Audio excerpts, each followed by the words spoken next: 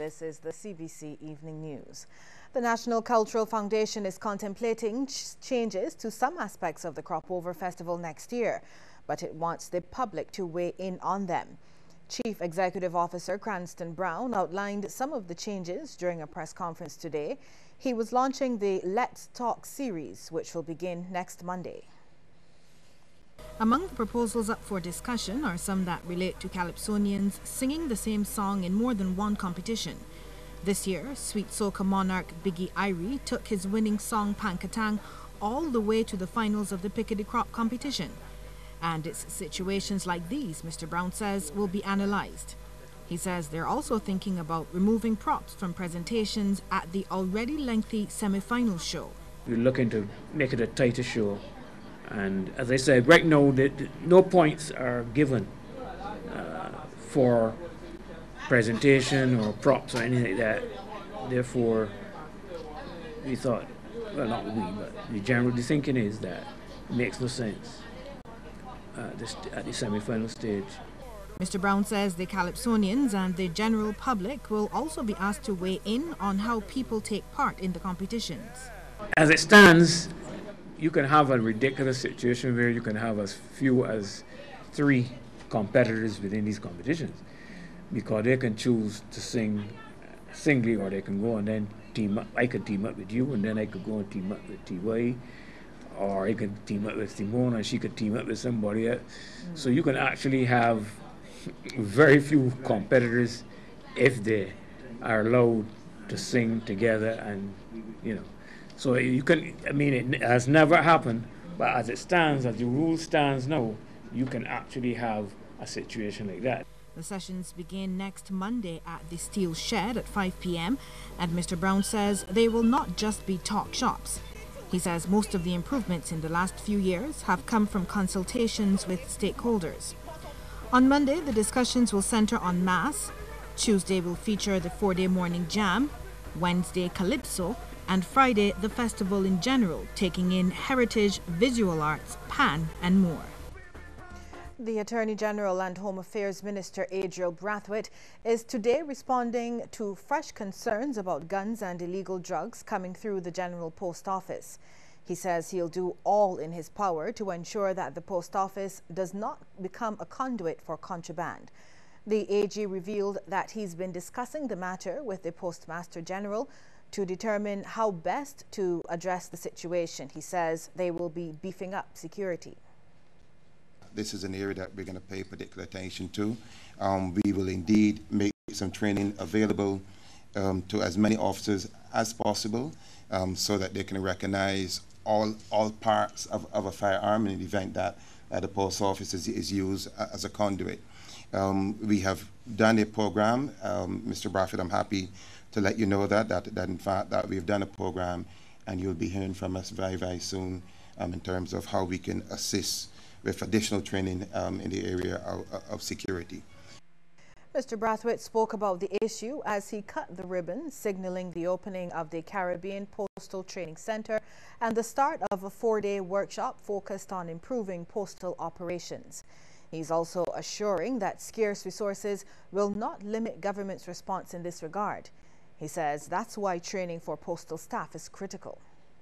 Just as we sit with our limited resources, trying to ensure that we are not used for ill-gotten purposes, that in fact that those persons who are involved in illicit activities, that they have more resources, they seem to have better training available to them. In fact, they have a cadre of people who seem to sit and think of nothing else other than how do we use the system for their benefit. So training is important for us from a security perspective. 1,695. That's the number of applicants still waiting on a response from the Ministry of Education to find out if their request for a bursary to help fund their university tuition has been approved. Last night, Education Minister Ronald Jones revealed that officials are still processing applications. And he also responded to questions about tuition fees for students attending Hugh Wooding Law School at UWI St. Augustine in Trinidad. Shane Seeley has the story. After what he described as being bombarded by the media over the past couple weeks, Education Minister Ronald Jones chose the DLP St. James South monthly branch meeting to explain the delay in handing out the bursaries. Calling it tuition support, he told the gathering the process is still being worked on. The reason, he says, was the deadline extension into mid-August, which gave students more time to apply for the financial aid. But it also meant that officials at the Ministry of Education only had about a month so far to conduct the review process. The system has to work. You can't beat me to the ground because you want it to work faster than it can work. We've been working reasonably well with the University of the West Indies, particularly at Cave Hill, to make sure that once persons are in and we've identified the name and they're going to benefit from the bursary, this person will get a bursary. And we will go through that process and notify you once a few things are set out. The Education Minister has also confirmed that students attending the Hugh Wooding Law School at UWI St. Augustine in Trinidad will have to pay their tuition fee. This despite their claim that they only found out on registering last week that they would have to pull their pockets. It was said that everybody at the University of the West Indies would pay the tuition fee. So, yes, you were still hoping that you could get yours free, but there's nobody who's getting it free. You still have to make your contribution. Barbados' center is more expensive than the Trinidad center, than Jamaican center. Now, in response to the challenges confronting the university, Mr. Jones is calling for building out of the tertiary education sector here in Barbados. He says it would require more resources to expand the Barbados Community College and the Samuel Jackman Prescott Polytechnic. He especially wants to see the BCC offering more bachelor's degree courses to meet the local demand. The Barbados Community College needs more building out. More building out. It needs to start offering more than 3 first degrees. It needs to start offering more in pharmacy, in sports management, physical education, in finance and banking, in computer technology, in the development of apps. It needs to start off in nursing, in medical laboratory technology, because the standard now is raised up here. So it has to do that. Shane Seeley, CBC News. And yet another organization is lending a helping hand to university students to assist with their tuition fees. It's the Pure Sex Center, and Director Ambrose Carter told CBC the assistance will take the form of a sponsorship drive where the public will be allowed to make contributions to particular students. Though he did not reveal a start date for the initiative, Mr. Carter explained that it will be exclusive to students who are members of the Pure Sex Center.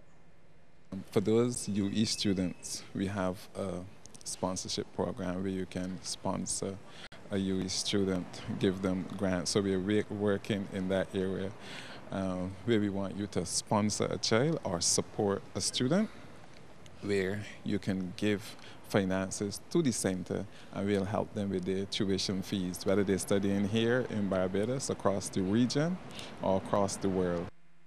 3 men charged with the September 8th burglary at the Esso service station in Paynes Bay, St. James, have been remanded to Her Majesty's Prison at Dodds.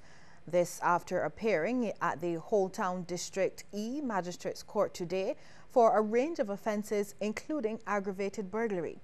Police say 20-year-old Roshan Jackson Thomas and 24-year-old Rashad Moore of Vauxhall Christchurch and 25-year-old Leross DeAndre Burnett of Chapman Village, St. Thomas were all charged with 3 counts of aggravated burglary and 3 counts of robbery after storming the building, one armed with a knife and another with a gun, and making off with an undisclosed sum of money from the cashiers on duty.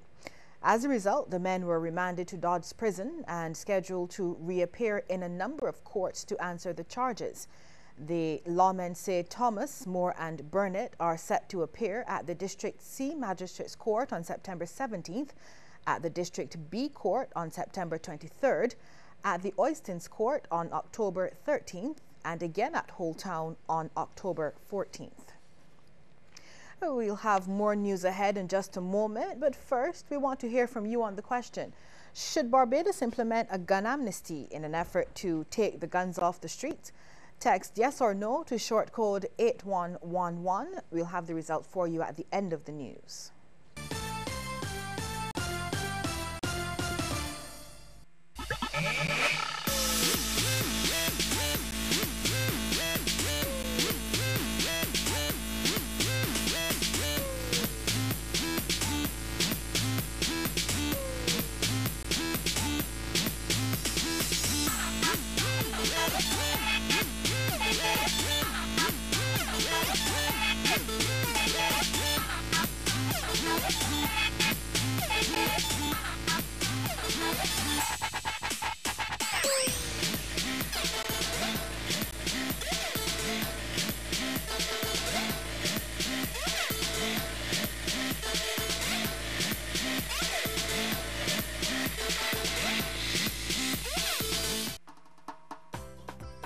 I sent a text to the economic program, and then I got a call saying that I was a winner.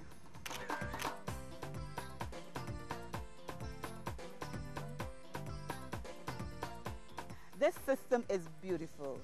For baths, it is excellent. I want to thank SunPower for this wonderful gift and giving back to the community.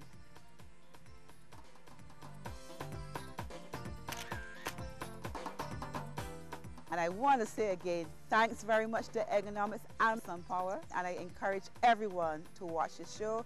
You too can be a winner.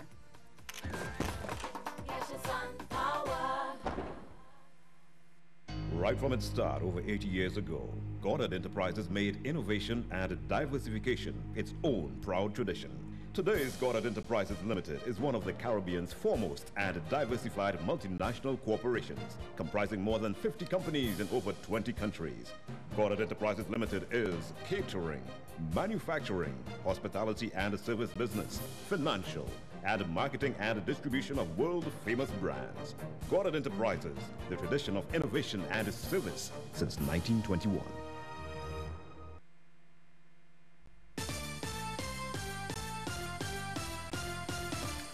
Construction on the Barbados Water Authority's mains replacement program begins this month. The work falls under the Water and Sanitation Systems Upgrade Project. It's being funded under a $50 million loan obtained by the Government of Barbados and the Inter-American Development Bank. The authority will carry out construction works to replace 16.1 kilometers of mains in St. Philip and Christchurch daily. This will be between 7 a.m. and 6 p.m. Mondays to Fridays, with some scheduled work on weekends. Construction will take place over the next 7 months, starting from Union to Ruby and then Ruby to Thickets. The areas include Hampton Pumping Station to Spencer's, the junction of Highway 6 or Kendall Hill to ABC Highway, the junction by Hilda Skeen School to Thickets, the junction of Highway 5 or Union Road to the entrance to Ruby Development, and then Bushy Park to Edgecombe. Minister of Environment and Drainage Dr. Dennis Lowe has given an update on the problem of waste collection. He says waste collection has proven to be a yearly problem, especially in the months of July and August and November and December. The minister was speaking on the sidelines of the launch of the National Ozone Depleting Substances Phase Out Support Scholarship at the Savannah Hotel. My information is that during the month of July, for example, that the Sanitation Service Authority collected in excess of 160,000 tons of waste, more than it normally does during a regular month. Minister Lowe says to reduce the problem, skips and open back trucks have been dispatched. He highlighted another problem the Sanitation Service Authority is now facing. The onset of the rain, a lot of householders are now cutting their lawns, clipping their hedges, bagging this information and placing it out for the Sanitation Service Authority to collect. Ordinarily, we will do it, but when you find a case where there are 11 plus bags of green waste to be collected, in addition to the regular household waste, the trucks will get filled quickly and they will not be able to complete their routes, and that will have also an effect on the speedy collection and complete collection of waste around the country.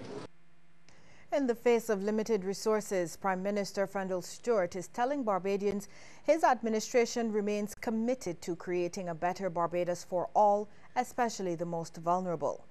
The assurance came during a gala dinner and installation ceremony in celebration of the 40th anniversary of the Kiwanis Club of Bridgetown.